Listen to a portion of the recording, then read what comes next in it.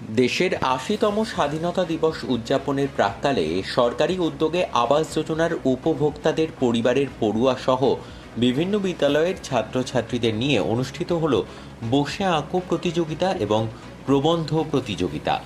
পৌর নগরোন্নয়ন দপ্তরের উদ্যোগে বুধবার টাকি পৌরসভার নতুন ভবনে এই দুই প্রতিযোগিতার আয়োজন করা হয় পৌরসভার তরফে।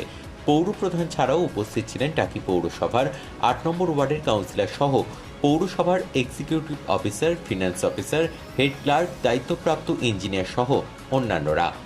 পৌর এলাকার বিভিন্ন বিদ্যালয়ের ছাত্রছাত্রী সহ উপভোক্তাদের পরিবারের পড়ুয়ারাও এই প্রতিযোগিতায় অংশগ্রহণ করে।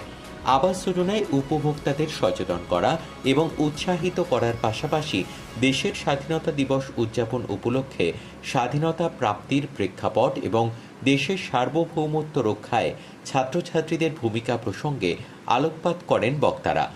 প্রতিযোগিতায় স্থানাধিকারীদের পুরস্কৃত করা হয় পৌরসভার তরফে।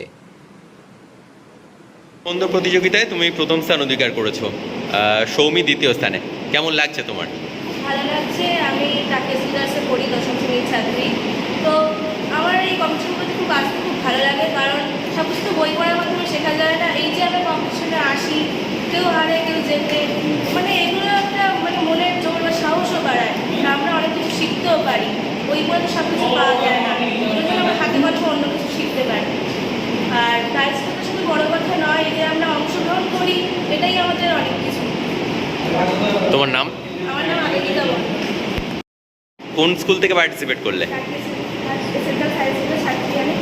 এই প্রবন্ধ প্রতিযোগিতায় এসেছি, এখানে এসে খুব ভালো লাগছে। আমার সঙ্গে দেখা হয়েছে, কথা হয়েছে। তুমি কোন স্থান অধিকার করেছো? তোমার নাম? করা